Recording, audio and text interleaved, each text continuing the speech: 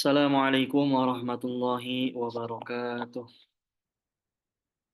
A'udzu billah, bismillah, alhamdulillah, wassalatu wassalamu ala rasulillah, wala hawla wala quwwata illa billah, amma ba'd.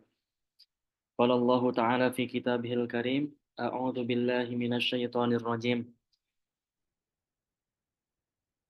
Alladzi khalaqal mauta wal hayata liyabluwakum ayyukum ahsanu amala.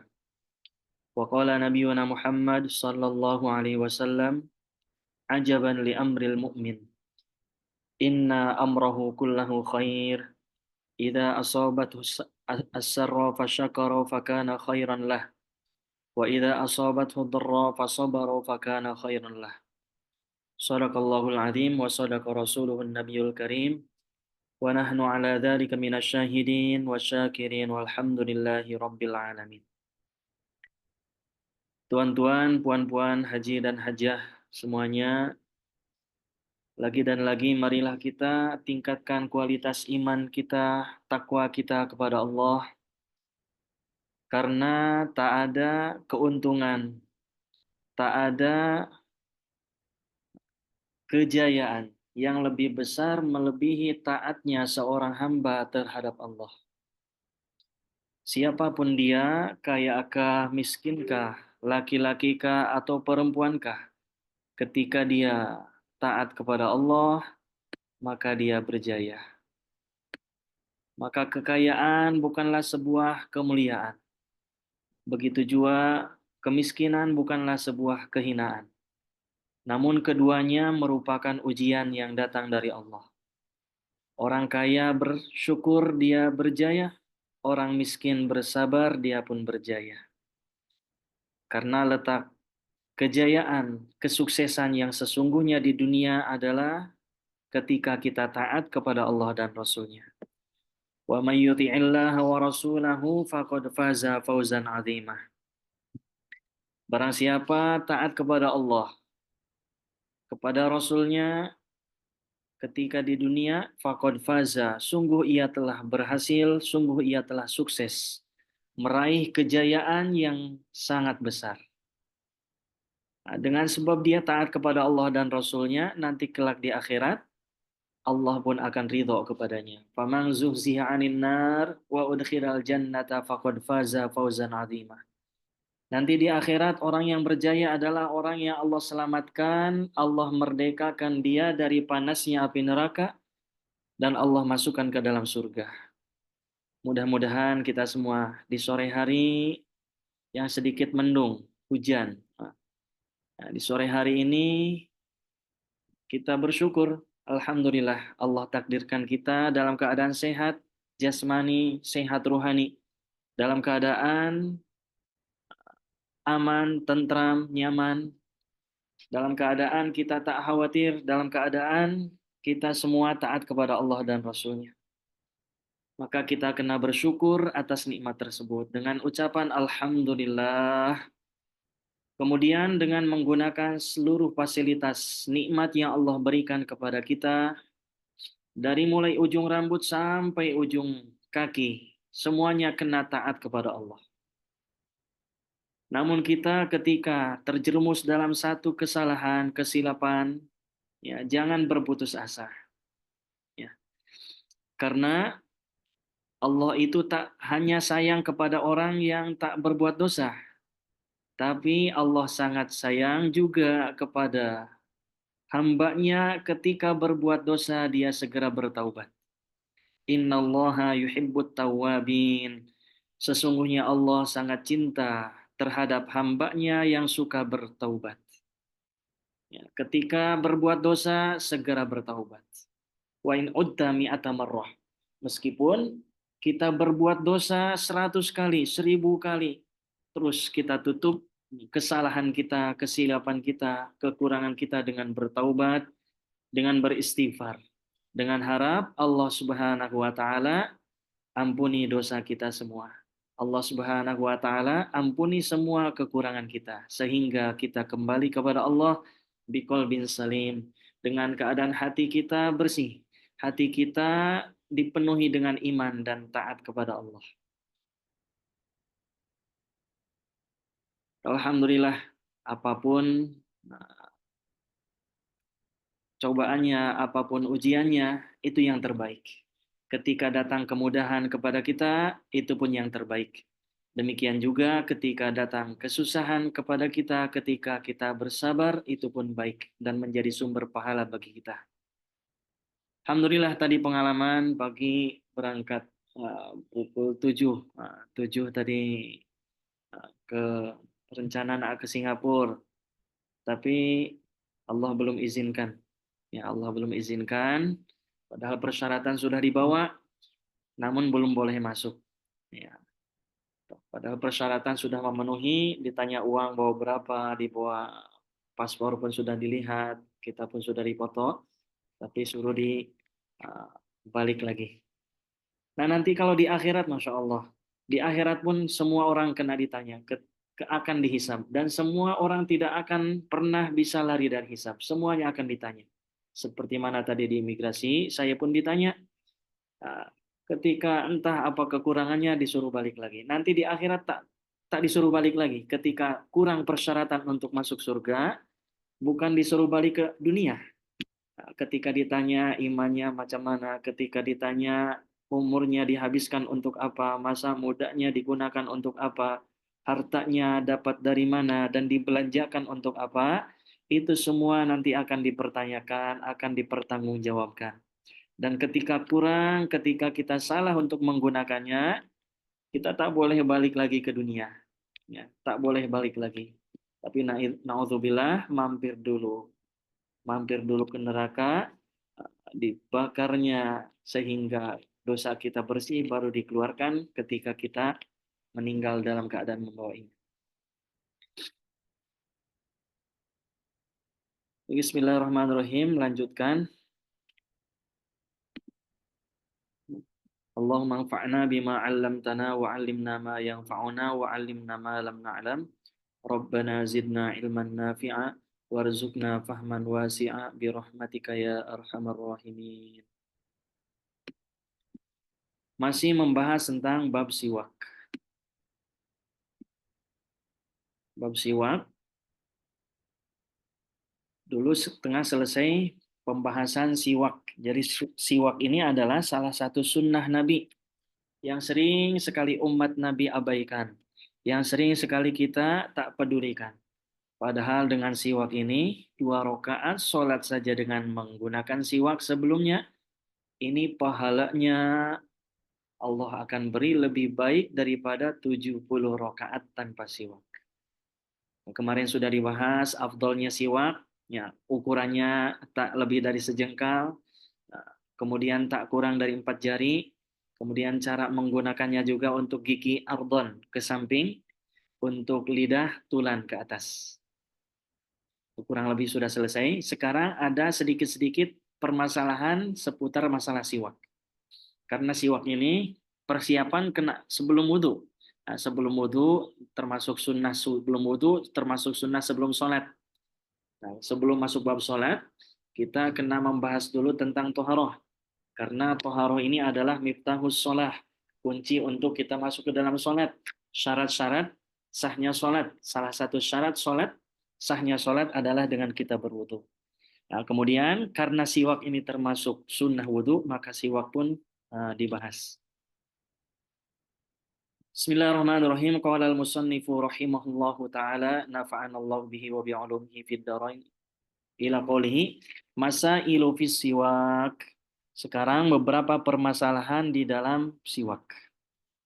Pertama, makna qoulihi sallallahu alaihi wasallam, adapun maksud ucapan Nabi sallallahu alaihi wasallam atau sabda Nabi sallallahu alaihi wasallam, la khulufu famis shaim, sungguh bau mulut orang yang berpuasa, atyabu indallah, itu lebih baik, lebih Allah sukai, min rihil miski, daripada bau misik. Nah ini yang dikehendaki dalam sabda Nabi ini maksudnya apa? Apakah betul bau yang keluar dari mulut kita? Apakah betul bau mulut yang keluar dari orang yang tengah berpuasa? Kalau kita cium kurang sedap juga tuh.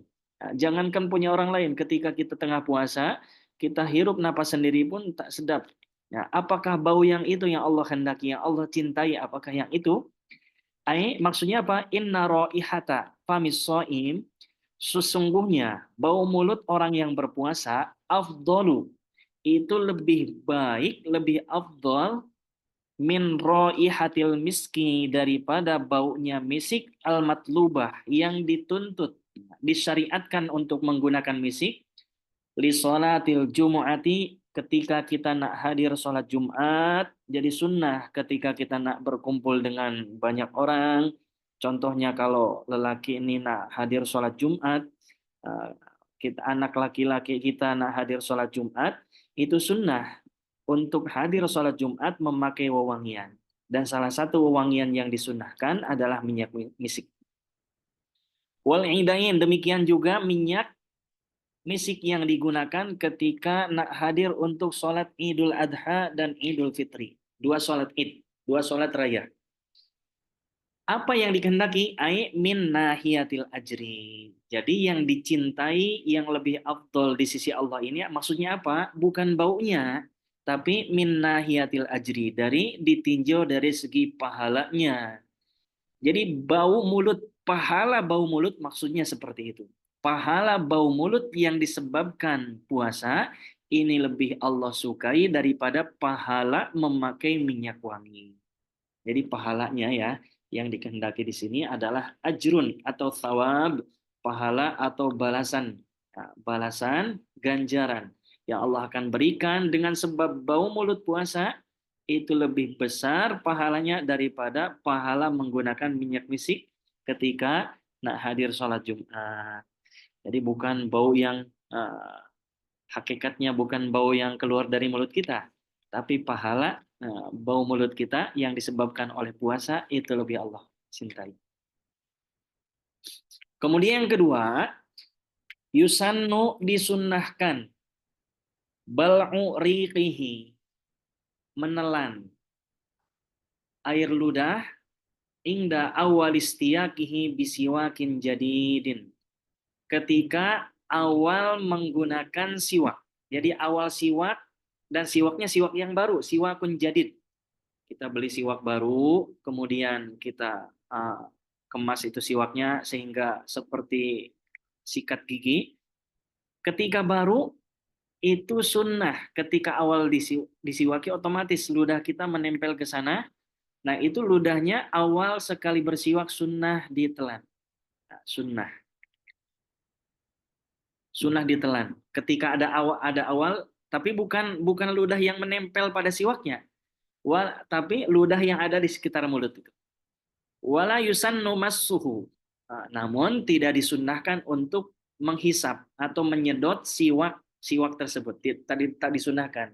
Jadi yang disunahkan hanya ada ludah yang ada di sekitar mulut kita ketika awal bersiwak itu terasa asin.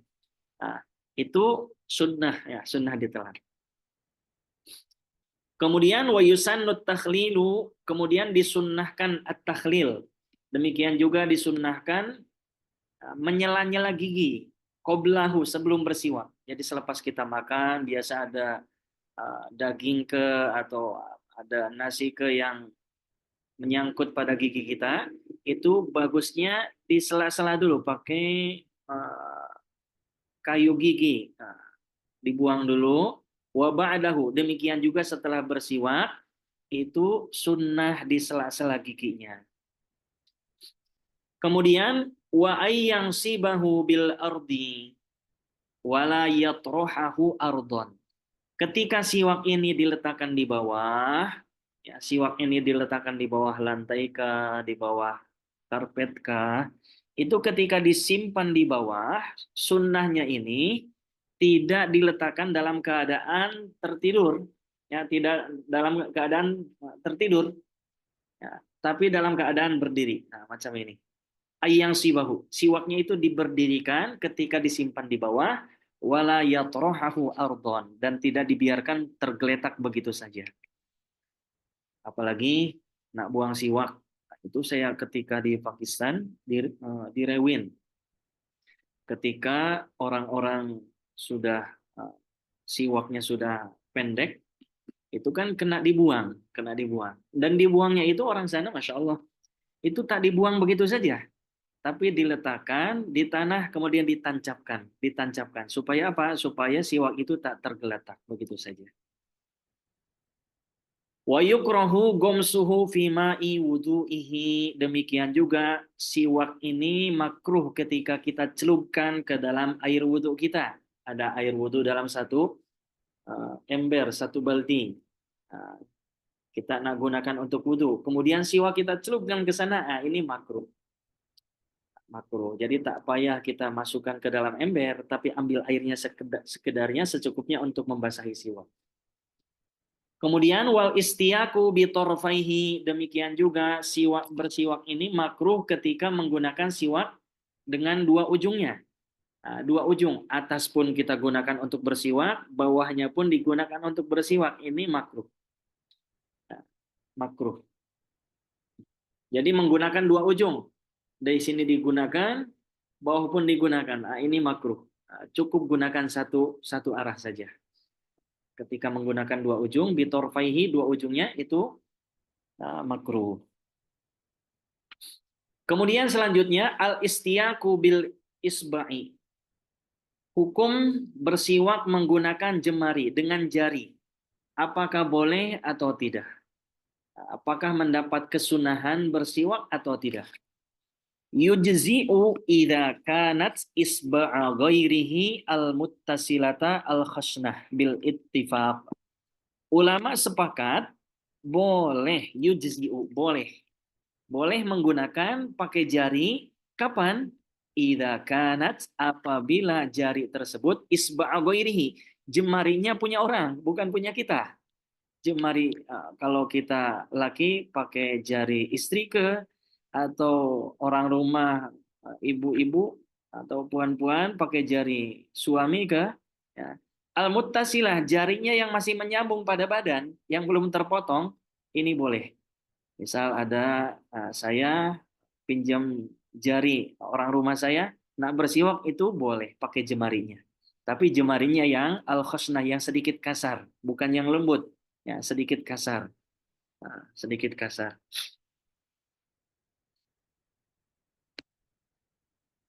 Wa kadzalika, demikian juga yujzi'u, boleh Ingda Ibnu Hajar, menurut Imam Ibnu Hajar, bi isba'ihi wa bi isba'i ghairihi al munfasilataini idza kanata khashinataini khilafan liromli.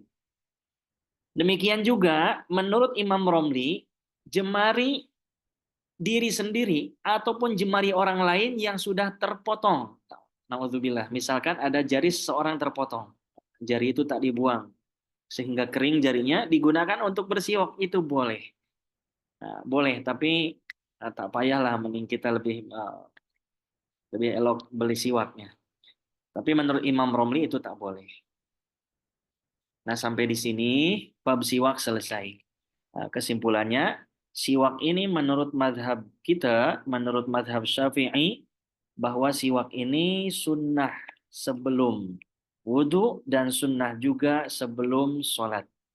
Setiap kali kita sholat bersiwak. Qobliyah bersiwak. Kemudian kita sholat fardu berjamaah bersiwak lagi. Kemudian lepas itu ba'diyah sholat bersiwak lagi. Ini menurut madhab Syafi'i.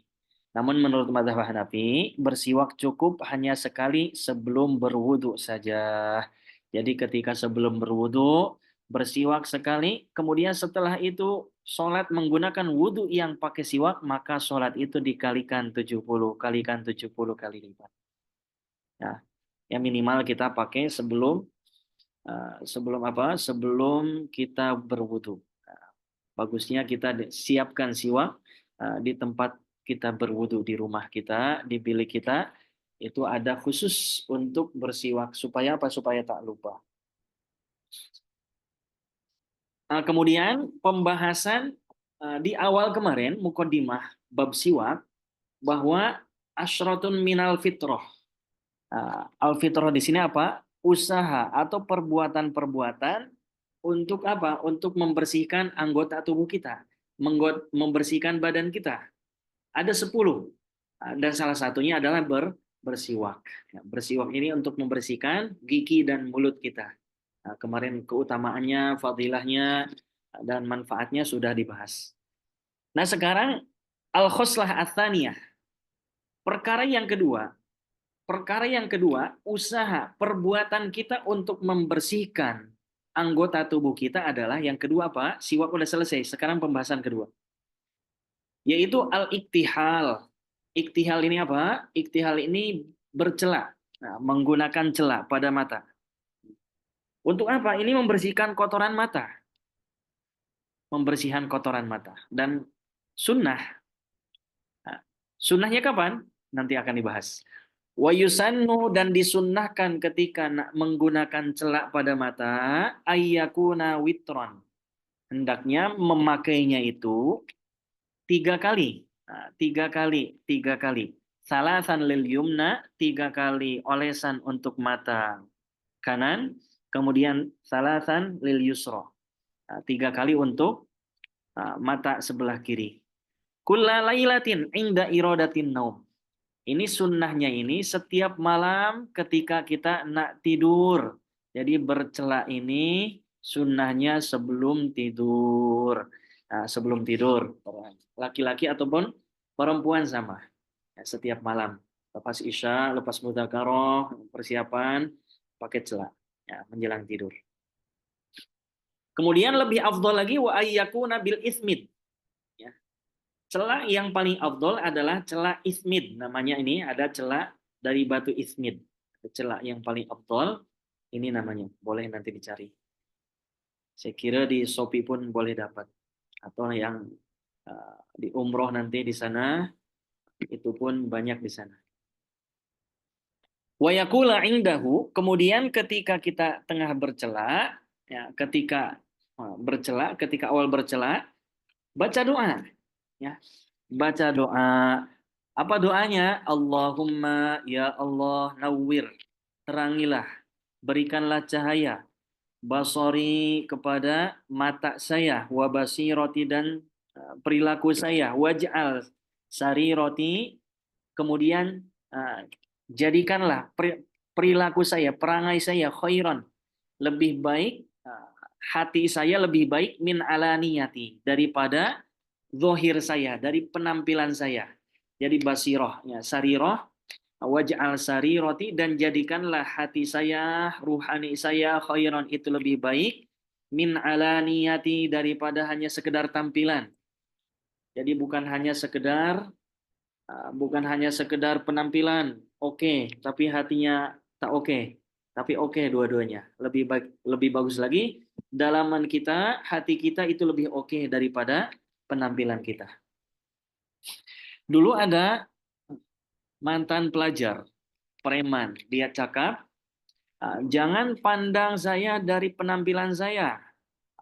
Penampilan saya walaupun penampilan macam orang barat, penampilan saya macam orang, naudzubillah, macam orang kafir, tapi yang penting hati saya. Dia cakap, yang penting hati saya, Madinah. Ini ucapan macam seperti ini boleh terima nggak? Dia sampaikan dalil pula. Innallaha la yanzuru ila suwarikum. Allah tuh tak pandang rupa kalian, ya, tapi pandang hati, dia cakap. Penampilan tak mengapalah, macam preman, macam telinga dikasih bolong, kemudian tangan dikasih gambar, rambut dikasih pirang, dengan alasan Allah tak pandang penampilan, yang penting Allah pandang hati. Ini ucapan macam itu boleh terima atau tidak? Ini sebetulnya ucapan macam itu tak boleh kita terima. Namun orang-orang macam itu ketika kita kasih dalil, mereka tak mau, tak terima dengan dalil. Kena pakai logika lagi. Maka dulu saya bilang bahwa ketika ada seorang pedagang, yang berdagang kelapa, ada kelapa yang masih ada tempurungnya, masih ada batoknya, masih ada tempurung luar tuh, batok keras. Dia cakap kelapa-kelapa murah diobral, sehingga dengan tawaran murah orang-orang pun berdatangan. Ketika berdatangan, ternyata dilihat batok atau tempurung kelapa ini sudah busuk. Maka pedagang itu cakap, tak usah payah lihat tempurungnya. Tempurungnya tak apa busuk, yang penting dalamnya bagus. Maka ucapan pedagang itu boleh kita terima tak? Tak boleh kita terima. Kenapa? Karena tak mungkin tempurungnya saja, batok kelapanya yang keras di luar sudah busuk, macam mana dengan kelapanya yang lembek? Macam mana kelapanya yang tak keras? Macam mana dengan airnya? Pasti lebih busuk lagi dalamnya. Nah, ini pun Nabi berdoa, jadikanlah hati saya lebih baik daripada penampilan. Jadi al-zahir yadullu 'alal batin. Penampilan ini menunjukkan kepada uh, hati kita, menunjukkan kepada hati kita.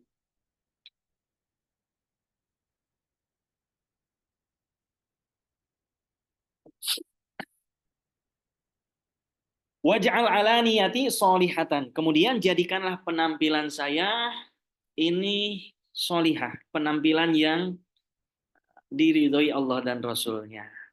Jadi ini doanya, Allahumma nawwir basari ketika tengah pakai celah.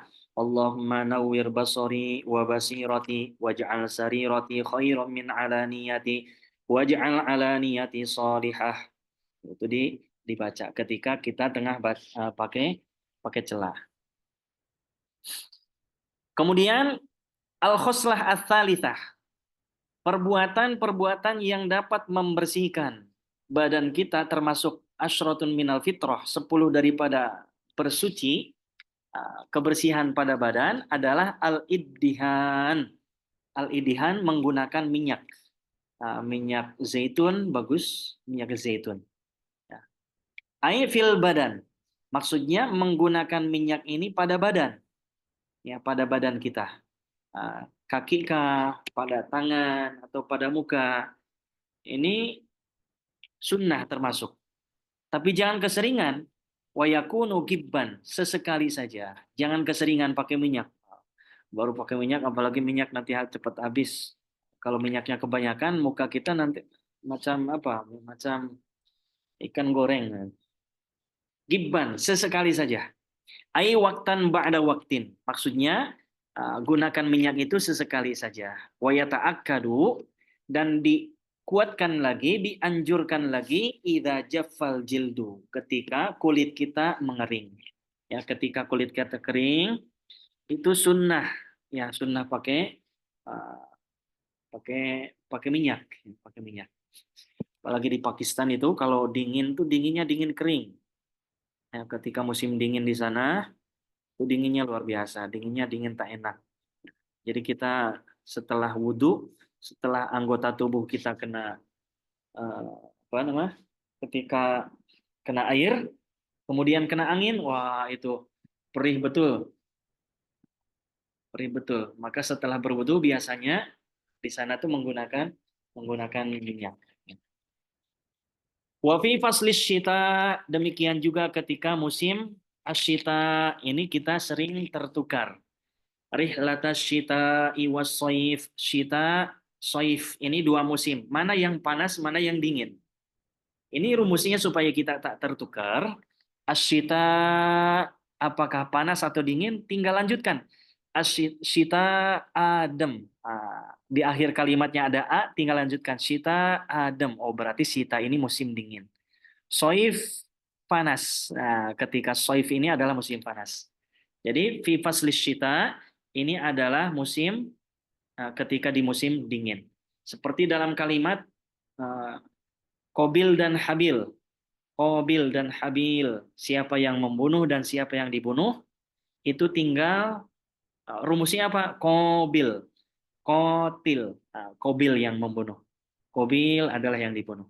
Nah, demikian juga di dalam dua kalimat ini yang sering sekali tertukar, Syita atau Soif yang ya, sekarang kita tinggal lanjutkan aja. Syita adem, Syita adem, ya, Soif panas. Nah, jadi ketika musim dingin itu dianjurkan menggunakan minyak pada kulit, nah, supaya kulit kita tak kering lah. Kemudian al-khoslah ar-rabi'ah, perkara yang keempat, daripada asyratun minal fitrah, 10 daripada cara untuk membersihkan badan kita adalah izalatu sya'ril ibti, yaitu membuang, membersihkan rambut ketiak. Jadi ketiak ini sunnahnya dibersihkan.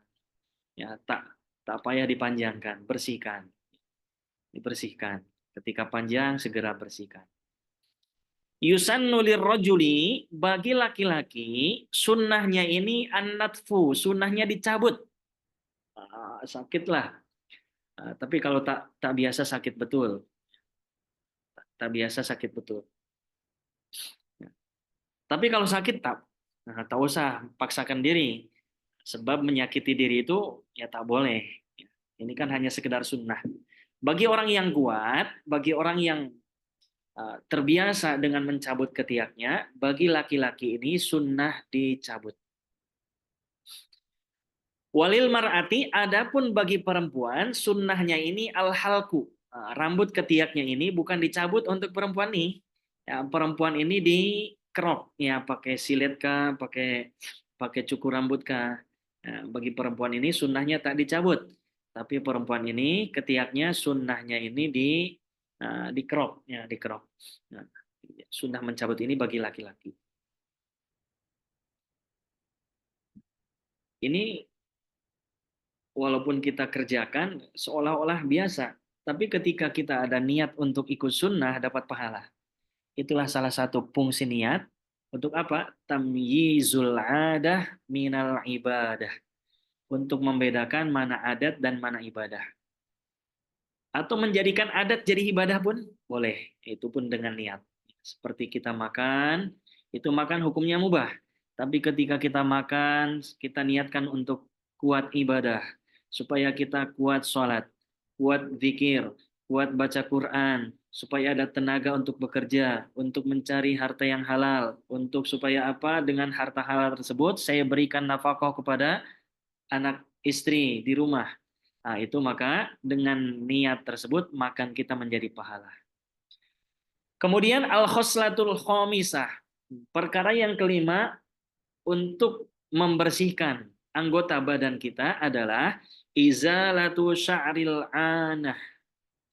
Yaitu menghilangkan, membersihkan rambut kemaluan. Ya. Wa yusamma al-istihdad. Nah, ini dalam fikih ini, membersihkan rambut kemaluan ini diberikan dengan nama istihdad. Nah, namanya itu istihdad. Wa yusannu halquhu lirrajuli. Sekarang sunnah bagi laki-laki dicukur. Rambut bawah, rambut kemaluan bagi laki-laki dicukur. Wa natfuhu lil mar'ah. Bagi perempuan sunnahnya dicabut. Tapi Masya Allah ini, kasihanlah. Kalau sampai sakit tak payah. Boleh dicukur. Ini hanya sekedar sunnah. Tapi sunnahnya dicabut. Kebalikan dari ketiak tadinya. Kemudian al-khoslah as-sadisah. Perkara yang keenam. Untuk membersihkan tubuh kita. Dan termasuk sunnah adalah taklimul adhafir. Yaitu menggunting kuku. Ya, potong kuku. Potong kuku ini. Wa yabda'u bil yumna. Kemudian sunnahnya ini potong kuku mulai dari tangan kanan. Tangan kanan lebih dahulu. Walahu iddatu turukin. Kemudian untuk memotong kuku ini ada beberapa cara. Cara sunnah. Ya. Ini mau potong kuku aja kalau dengan sunnah jadi pahala. Masuk ke dalam kamar mandi aja ketika kita dengan caranya pahala. Ketika masuk bilik, naik kendaraan, makan, minum dengan caranya semua pun boleh jadi pahala. Jadi semua urusan orang yang beriman ini istimewa semuanya. Tak ada yang tak istimewa. Semuanya luar biasa.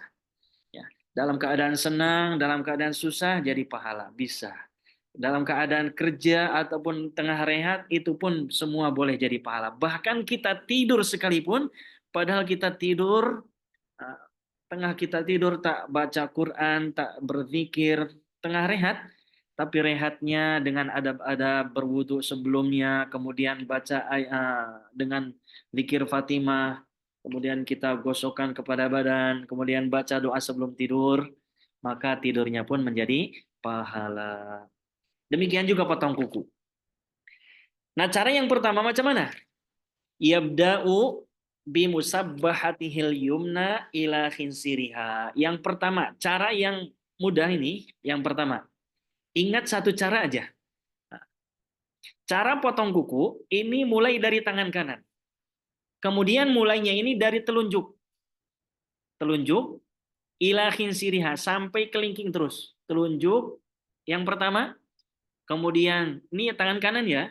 Pertama telunjuk, kemudian jari tengah kedua, kemudian jari manis yang ketiga kita potong kukunya, kemudian yang keempat jari kelingking. Summa sirihi al yusro. Selepas itu ini jempol ibu jari tangan kanan ini biarkan, jangan dulu dipotong. Pindah ke tangan kiri.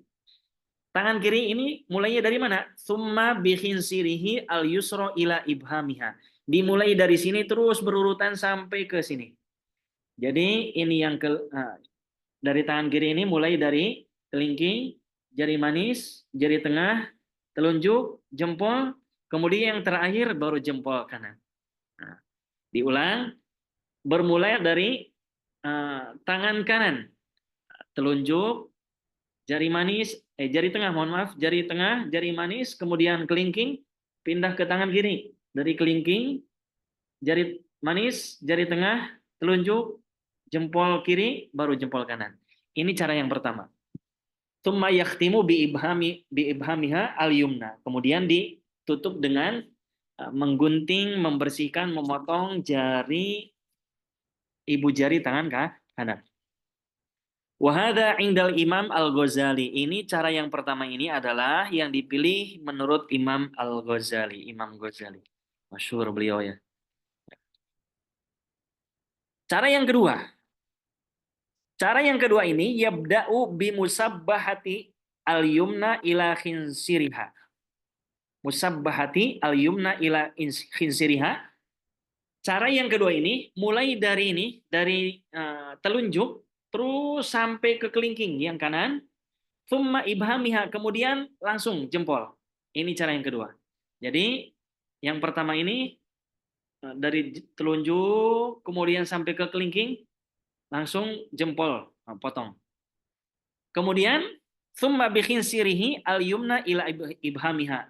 Kemudian untuk kelingking dari untuk yang kiri, tangan kiri dari kelingking terus berurutan sampai ke jari kanan. Sampai ke ibu jari kiri ini. Ini menurut Imam Romli. Ini cara yang ketiga, nampaknya tak payah dibaca sebab yang ini lumayan ribet. Khoabis, cara yang ketiga. Tapi kita khoabis, khinsirun. Khinsir. Cara yang ini nih, yabda'u bil yumna ala tartibi khoabis. Khoabis ini singkatan. Kho-nya khinsir, wawunya wusto, kemudian alifnya ibham, ba-nya binsir, kemudian sa-nya sabbabah. Ini lumayan ribetnya cara yang ketiga. Kemudian adapun yang kirinya au khosab. Au khosab dimulai dari hamzah. Hamzah itu ibham. Ibhamun. Ibu jari. Kemudian waw, wusto. Kho-nya khinsir. Payah pula ini. Khinsir macam ini. Kemudian sa-nya sabbabah. Kemudian binsir. Ini lebih mudah cara yang pertama aja. Cara yang pertama biasa saya gunakan juga menurut Imam Al-Ghazali dari jari tangan kanan dulu. Ini tangan kanannya, tangan kanan, kemudian potong telunjuk, tengah, jari manis, jari kelingking, jempol sisakan. Nanti jangan dulu dipotong. Kemudian pindah ke kiri, kelingking dulu, jari manis, jari tengah, telunjuk, jempol kiri, baru terakhir jempol kanan. Ini cara memotong kuku. Dengan cara itu insya Allah potong kukunya pun berpahala. Hadza kulluhu fi asabi'il yadain. Ini berlaku untuk jari-jari tangan. Wa amma asabi'ur rijlain, adapun jari-jari kaki, jemari kaki ini, fayabda'u, maka mulai memotongnya ini min khinsiril yumna, dari jari kelingking kaki kanan, ila khinsiril yusro, terus berurutan. Mohon maaf, ini misalkan kaki berurutan dari sini. Kalau kaki dari kelingking kanan, tengah manis, tengah sababah atau telunjuk, kemudian jempol. Jempol kiri, telunjuk, jari tengah, jari manis, kelingking. Jadi berurutan, terus berurutan. Ini untuk kaki. Kemudian kapan sunnahnya untuk memotong kuku? Yusannu at-taklim, sunnah potong kuku ini. Jadi kuku ini sunnahnya dipotong ya, tak dipanjangkan. Tak payah pelihara kuku. Mendingan pelihara ayam. Manfaat tadi untuk kuku ini tak payah kita panjangkan. Sunnah potong kuku ini yaumal isnaini, yaumal itnaini, pada hari Senin, wal khomis, dan pada hari Jumat. Pada hari Jumat, wa bukrotal jumu'ati, demikian juga sunnah pada pagi hari Jumat. Jadi 3 waktu. Senin, Kamis, pagi Jumat. Nah, pagi Jumat ini maksudnya ketika persiapan untuk sholat Jumat. Wa ghuslu asabihi ba'dahu, kemudian setelah potong kuku sunnah cuci tangan, ya cuci tangan sebab kotor, mungkin banyak kotoran-kotoran kuku. Setelah kita bersihkan, apalagi kuku pada kaki ini biasanya baunya kurang sedap, ya. Maka setelah potong kuku segera bersihkan pakai sabun. Ini adalah yang kelima, yang keenam ya, yang keenam. Kemudian yang ketujuh,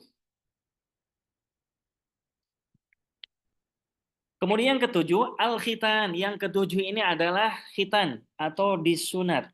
Bahasa Malaysianya apa ya? Disunat juga sama, khitan. Sunat saja, Ustaz. Sunat ya?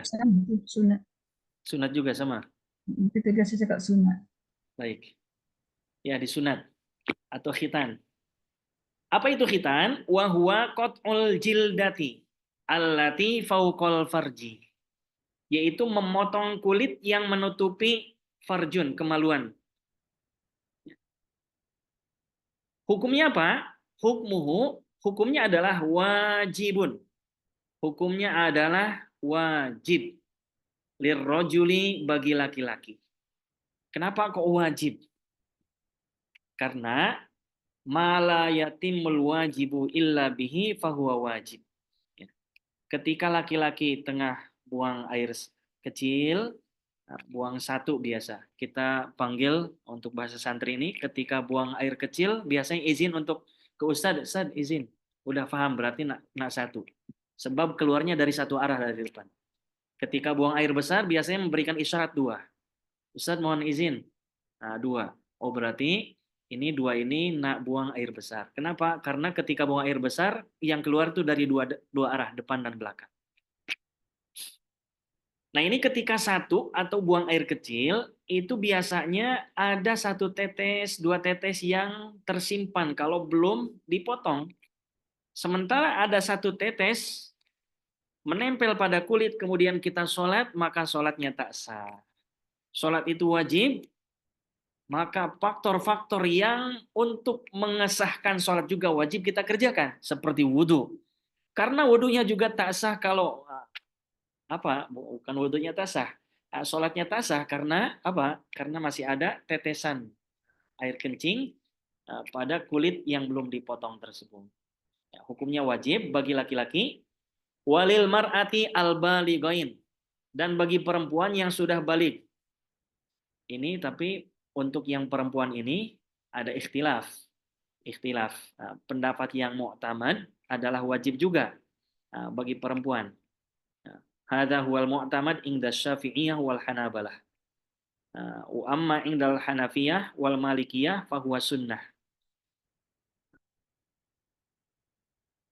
Demikian juga menurut Imam Rafi'i, itu wajib bagi laki-laki dan sunnah bagi perempuan. Kemudian sunnahnya ini wa yusannu, tapi untuk perempuan ini hanya seukuran, nanti di depan insya Allah ada ukurannya untuk yang dipotong macam mana. Wa yusannu ayyakuna fil yaumis sabi'i min yaumil wiladah. Sunnahnya ini, sunat ini hari ketujuh. Jadi masih bayi baru lahir hari ketujuh itu sunnah. Sekalian apa? Akikah, sekalian beri nama, sekalian sunat itu pada hari ketujuh. Sunnahnya. Ya. Qadruhu, ukurannya. Segimana sih dipotongnya itu? Qadruhu lirrajuli, ukurannya bagi laki-laki bihaitsu yaqta'u jami'al jildati allati tughatti jami'al hasyafah ra'saz zakar. Jadi semua kulit yang menutupi kepalanya kemaluan itu bagi laki-laki itulah yang dipotong sampai di sana. Ya, yang menutupi. Walil mar'ati, adapun bagi perempuan, qat'u ma yutlaqu alaihi musammal qat'i minal badri. Ya. Bagi perempuan ini tak kena banyak, yang penting sedikit aja, sedikit. Bahkan kemarin saya pun ada anak perempuan, itu saya lihat di sunatnya itu hanya sekedar dengan jarum, hanya dikeluarkan darah begitu saja. Nah, ada hikmah di balik itu.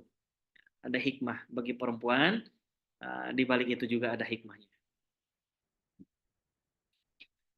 Kemudian baqiyatu khisalil fitrah. Ada faktor-faktor atau perbuatan-perbuatan yang tersisa untuk usaha kita membersihkan membersihkan badan kita, membersihkan seluruh anggota yang menempel pada tubuh kita. Salah satunya apa? Qassus syarib. Mencukur mencukur kumis, syarib, kumis. Nah, bagi laki-laki, bihaitsu tadharu humratus syafah. Ya, di cukurnya ini sekiranya merahnya bibir ini nampak. Sunnah ya.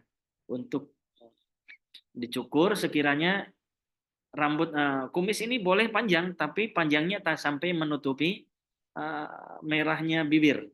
Ya, jadi sampai merahnya bibir tampak. Dicukur situ, sunnah. Kemudian selanjutnya wagoslul barojim. Barojim ini kulit-kulit yang keras. Biasanya kalau orang yang kerja berat, yang sudah tua, itu biasanya ada nampak kulit-kulit yang keras di balik-balik jemari ini. Ini biasanya pekerja keras itu nampak di sini kulit-kulit. Ya. Itu kan ada pori-pori. Nah, pori-pori itu keras untuk dibuka. Nah, itu sunnah untuk dicuci. Zuhuru uqadil asabi. Ya. Itu sunnah dicuci. Kemudian selanjutnya wayukrahul qaza. Nah, ini makruh hukumnya qaza. Qaza ini apa? Kalau kita makruh, menurut mazhab Hanafi sampai haram itu qaza. Nah, qaza ini apa? Wa huwa halqu ba'di sya'ri ra'si wa tarku ba'dihi. Nah, yaitu menggunting, mencukur, ya, menghabiskan rambut, sebagian rambut dihabiskan di sini samping, habiskan rambutnya. Wa tarku ba'dihi, kemudian atasnya dibiarkan. Oh, atasnya dibiarkan, sampingnya sampai cukur botak. Atasnya biarkan. Itu makruh. Namanya itu qaza. Menurut Hanafi hukumnya haram. Maka kita ketika belajar di Pakistan itu biasa tengah masuk semester, masuk ujian, itu ada razia rambut, Nah, rambutnya ketika qaza ya botak habis.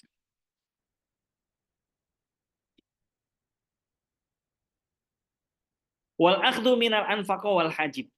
Nah, demikian juga ini mencukur ini nih hajibun alis. Nah, ini mencukur ini juga nih. Mencukur bulu ini tidak boleh. Mencukur ini.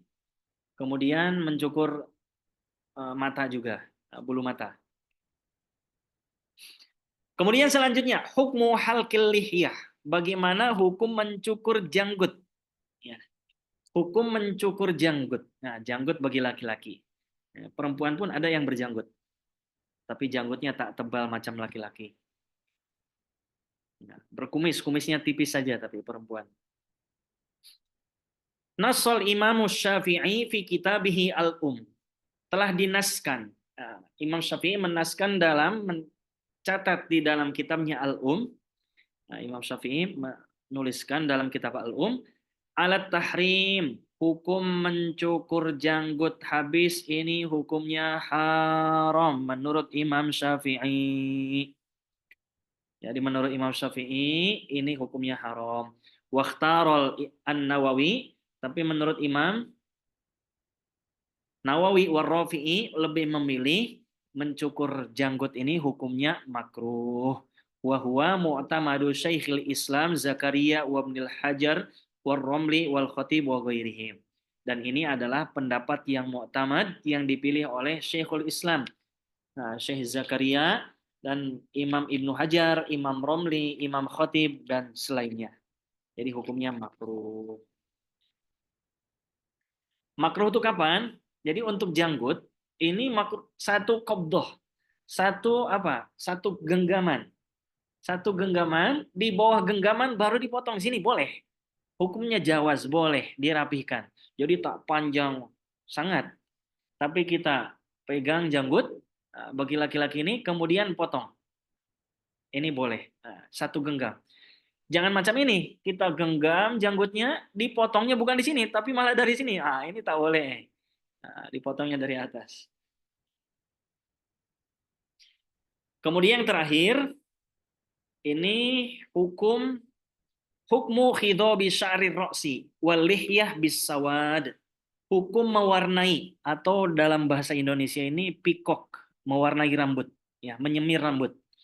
Hukmu khidobi sya'ri roksi wal lihyah. Hukum mewarnai atau menyemir rambut ataupun janggut bisawad dengan warna hitam. Kalau dengan selain warna hitam itu boleh. Boleh dengan merah, dengan kuning, dengan coklat, dan sebagainya. Itu boleh. Wassalam. Jadi boleh. Lalu bagaimana?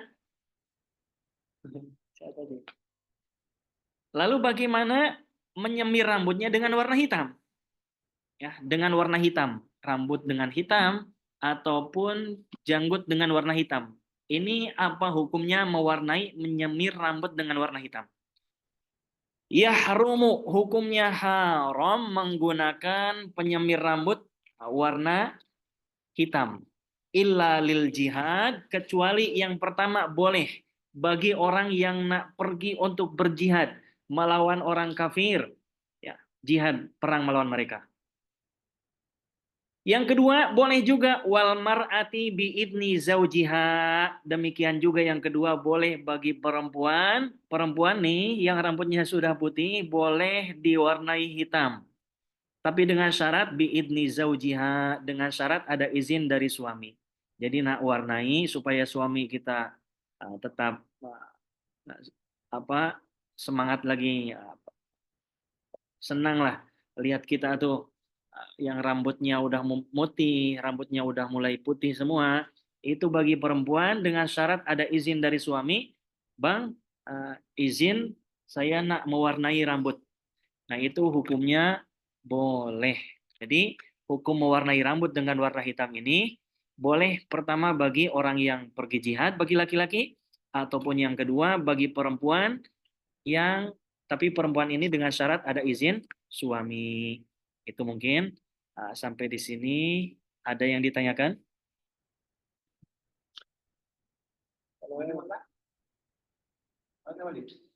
Sampai di sini ada yang ditanyakan, silakan. Tak ada Ustaz. Tak ada. Kemudian sebelum ditutup, alhamdulillah saya di dekat Johor ini udah dalam seminggu kurang lebih, insya Allah sampai mana? Sampai 31 Agustus. Sampai 31 Agustus. Kemudian saya nih mengalu-alukan pada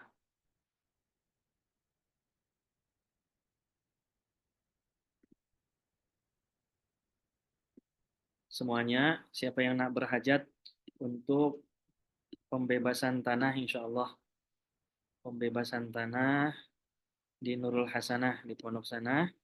Alhamdulillah pondok itu tampak pesat.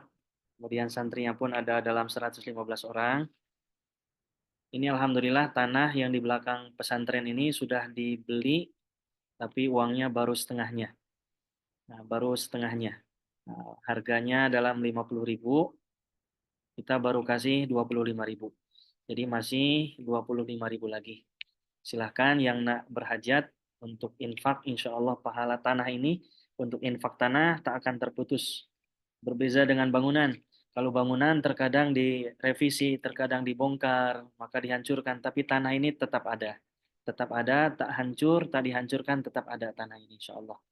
Mudah-mudahan pahalanya sampai kepada arwah mak dan ayah kita, kemudian keberkahannya mengalir kepada kita semua, pada keluarga kita, anak-anak kita, dan uh, saudara-saudara kita semuanya. Nah, ini satu lotnya 50 RM, jadi dibutuhkan sekarang berhajat kepada 500 lot. Silahkan yang berhajat, boleh jumpa saya langsung, atau boleh juga disalurkan dengan Ustadz Azhari. Tadi saya sudah izin dengan beliau, alhamdulillah beliau izinkan. Jadi yang nak berhajat untuk sedikit menyisihkan, untuk kekalkan sebagian rezeki kita untuk bekal kita di akhirat dengan infak untuk pembelian tanah, peluasan tanah Ma'had Nurul Hasanah. Kurang lebih satu lotnya dalam 50 RM saja. Atau lebih dari itu pun silahkan. Atau kurang pun tak mengapa. Cukup sekian mungkin. Terutama mohon doanya. Mohon doanya dan mohon maaf. Mohon maaf kepada semuanya. Saya datang ke sini belum boleh jumpa semuanya. Nah, insya Allah mungkin nanti tanggal berapa Agustus tuh nanti tanggal 30. Tanggal 30 yang tak ada halangan, tak ada rintangan, tak ada yang boleh hadir, sangat dialu-alukan hadir. Insya Allah nanti ada hadiah kitab. Bagi yang ada mungkin saya bagikan langsung. Bagi yang tak ada nanti saya titip dengan Ustadz Azhari. Nanti mungkin Ustadz Azhari yang kirimkan atau boleh datang langsung dengan Ustadz Azhari. Kemudian ada satu kitab lagi yang nanti saya bagi, nanti kita ringkasan mustalah hadis supaya kita kenal dengan hadis doif itu apa, hadis sahih itu apa. Itu saya ringkas satu kitab dalam satu lembar saja. Insya Allah nanti pertemuan boleh silahkan yang tak ada halangan, tak ada uzur, boleh semuanya untuk hadir. Cukup sekian mungkin, ada benarnya datang dari Allah Subhanahu wa taala, ada salahnya mutlak dari kebodohan saya sendiri. Untuk menyempurnakan majelis ini, mari kita tutup dengan doa kifaratul majelis.